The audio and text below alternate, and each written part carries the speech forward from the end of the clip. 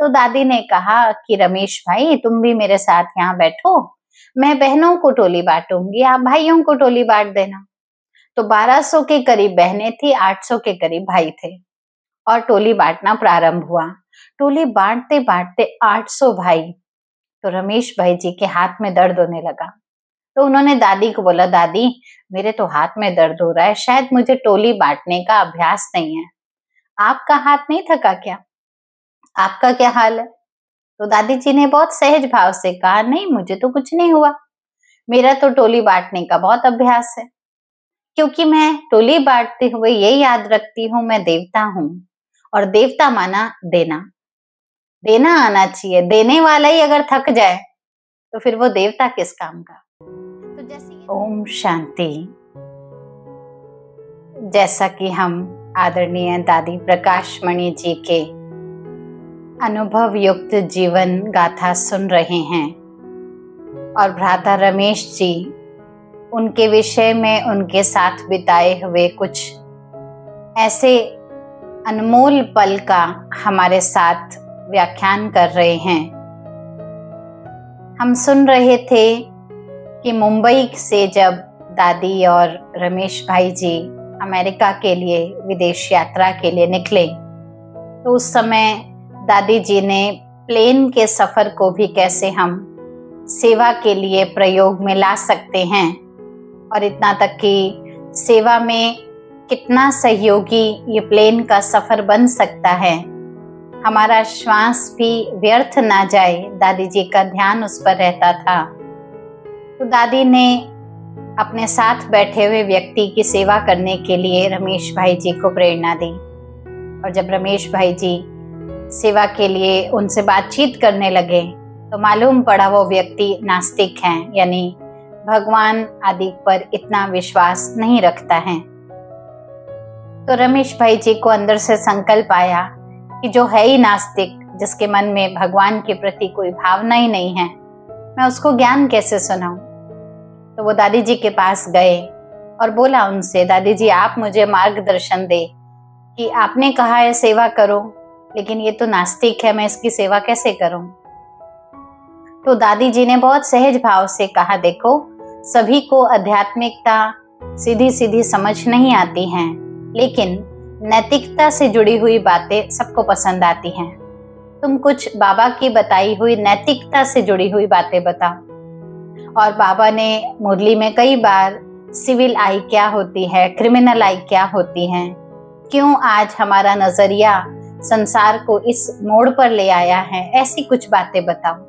और सच में रमेश भाई ने जाकर उस आत्मा को ऐसी ही कुछ बाबा की बताई हुई व्यवहारिकता से जुड़ी हुई नैतिक बातें, मूल्यों की बातें बताई, और इतना अच्छा इंटरेस्ट उस व्यक्ति का डेवलप हुआ जो सुनते सुनते अपना डेस्टिनेशन पहुंच गया, लेकिन जैसे उसका इंटरेस्ट खत्म नहीं हुआ।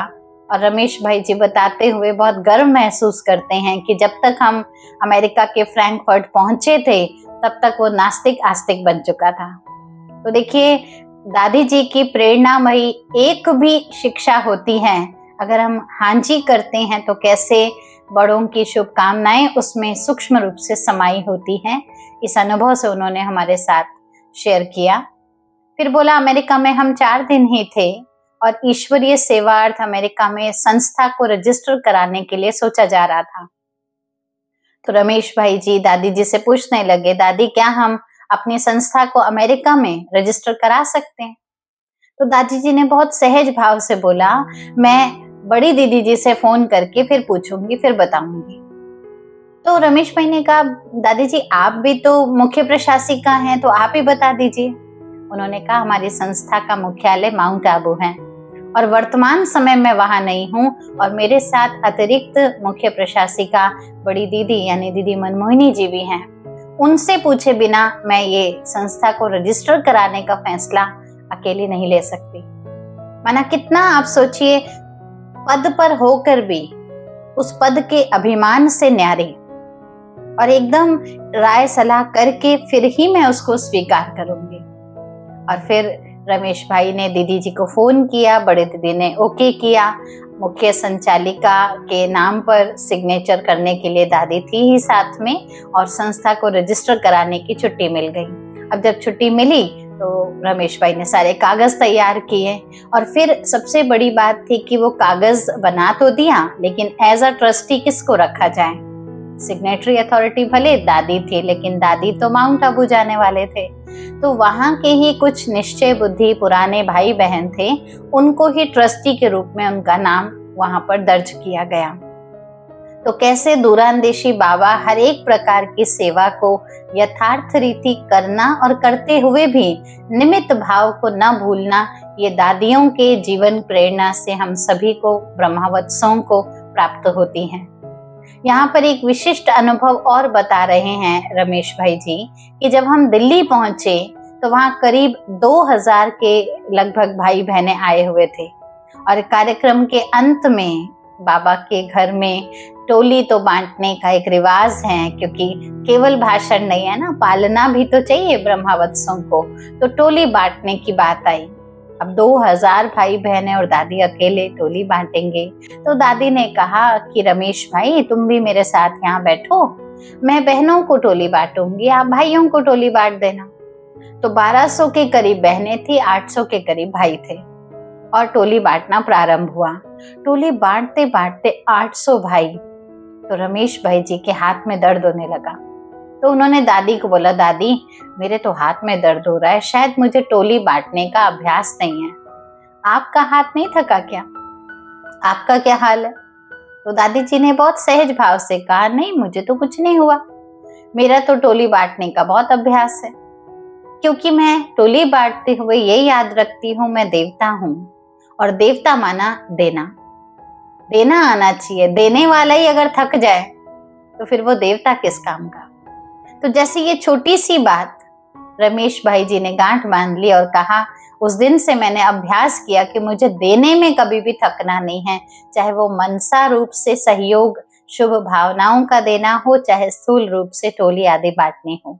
तो दादी हर कर्म से हर लक्ष्य की प्रेरणा हम बच्चों को दिलाती थी। दादी जी बहुत अच्छी वकील भी थी।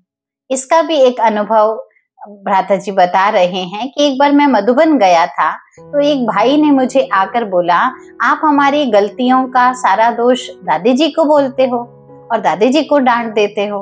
माना कभी कोई ऐसी बात हो गई तो आप दादी को हमारी गलती के कारण डांटते क्यों हो? क्योंकि रमेश भाई जी प्रोफेशनली सीए थे, तो यज्ञ में धन का भी कोई भी वस्तुओं का भी आदान प्रदान होता था, तो हर चीज का एक्यूरेट ट्रांसपेरेंट अकाउंट्स रखा जाता था, हिसाब रखा जाता था, ताकि कभी भी कोई गवर्नमेंट ऑफिसर आकर पूछे तो कोई भी इसमें ऐसा मैनिपुलेशन वाली बातें ना दिखाई दे।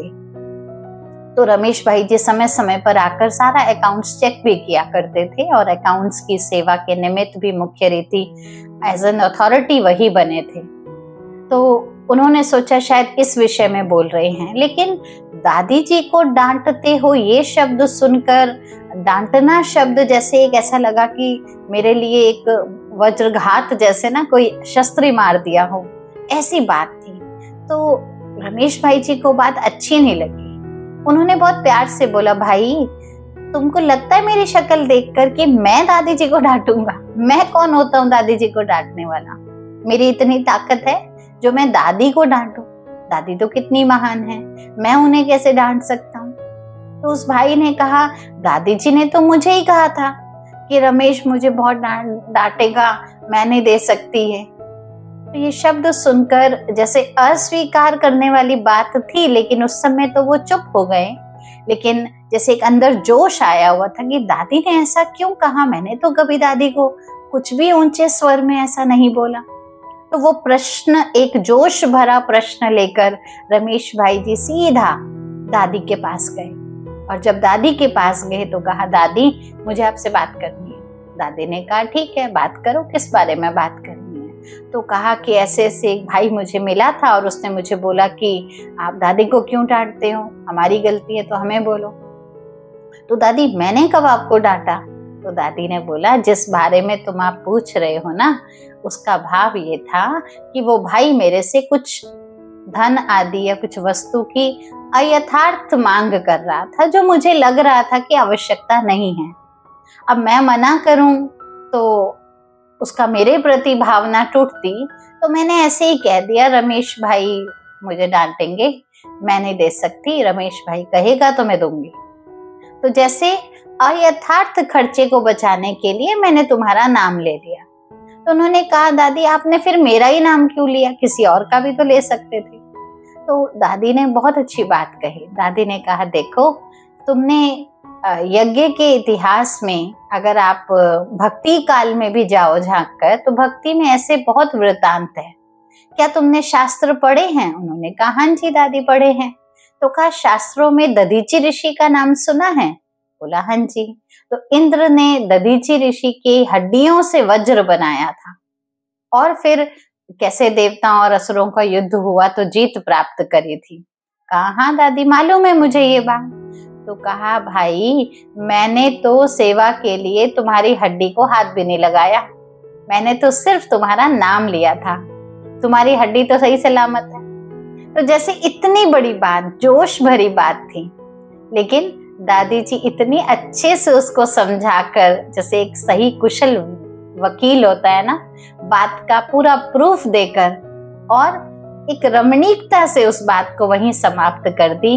और रमणीकता भरी वो सांत्वना जो थी ना, उसने भ्राता जी का जो जोश आया हुआ था उसको हल कर दिया। इस प्रकार दादी जी जन्मजात ही कहो ना, वाणी की बड़ी कुशल धनी थी।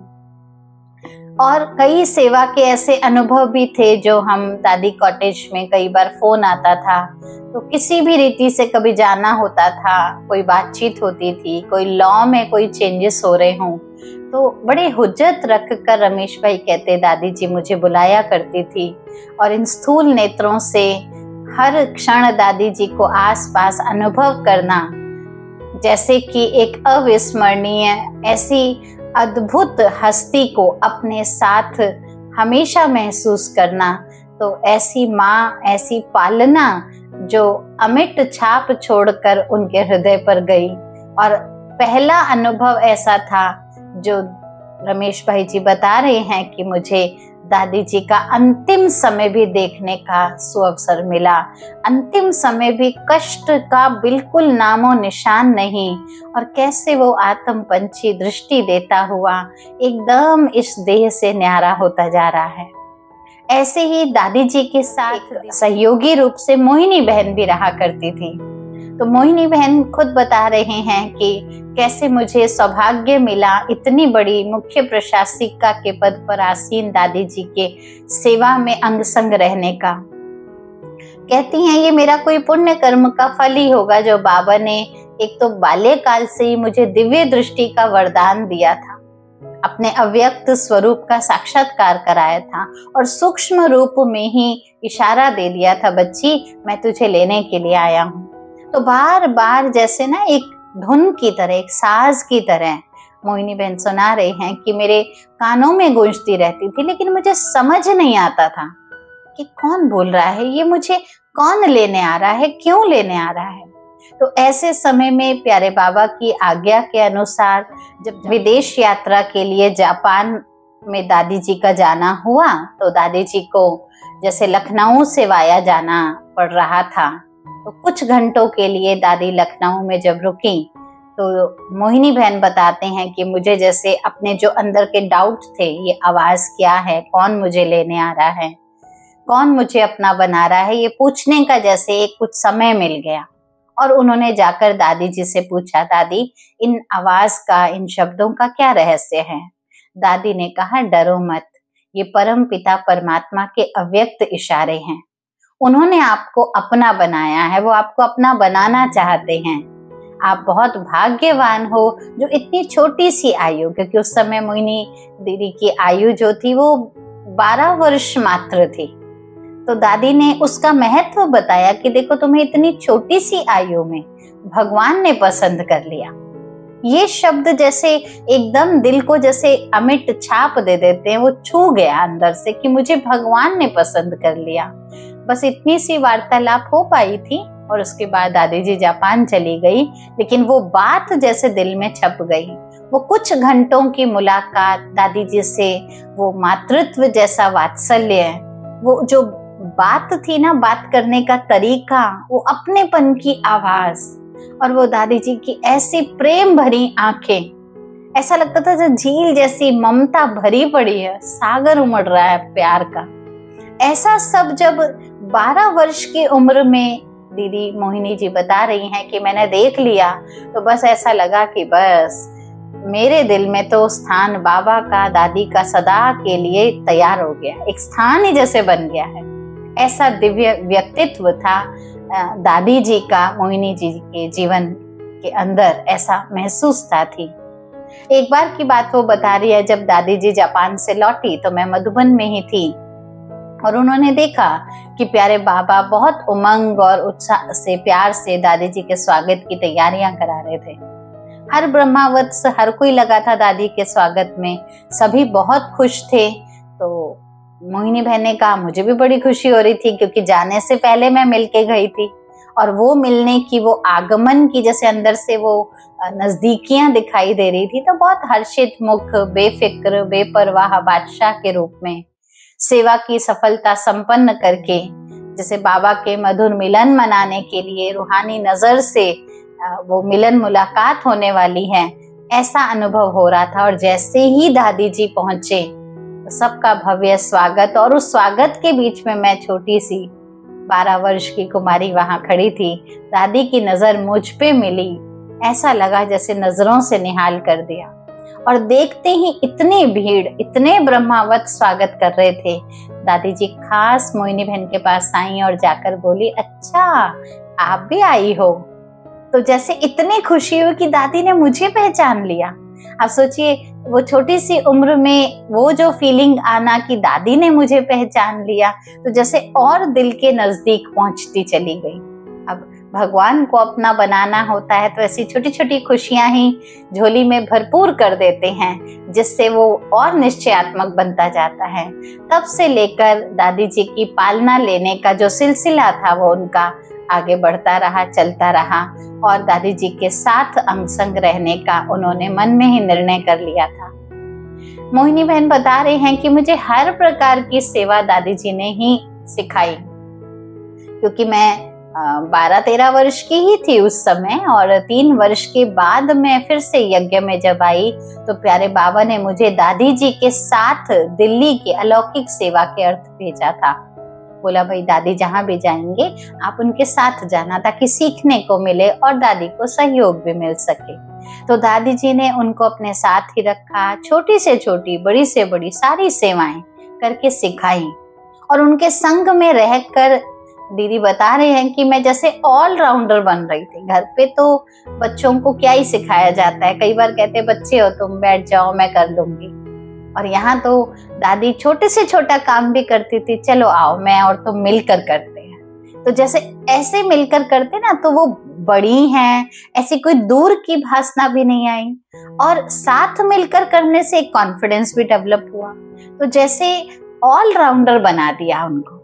दादी का जो अनुभव था मम्मा बाबा के साथ भी, जैसे निश्चल प्यार, अटूट उनके निश्चय की भावना, सेवा में वो जो समर्पण था, मम्मा बाबा ने कहा तो बस हाँ जी, ना तो करना ही नहीं है, कोई काम नहीं भी आता हो। तो ये सब चीजें मोहिनी बहन कहती मैं ऑब्जर्व करती थी कि दादी मम्मा बाबा की कही बात कर भी नहीं सकती, थकी हुई है। मान लीजिए बेड पर लेटी हैं और मैसेज आ गया ये करना है, तुरंत उठ गए, मम्मा बाबा ने कहा है।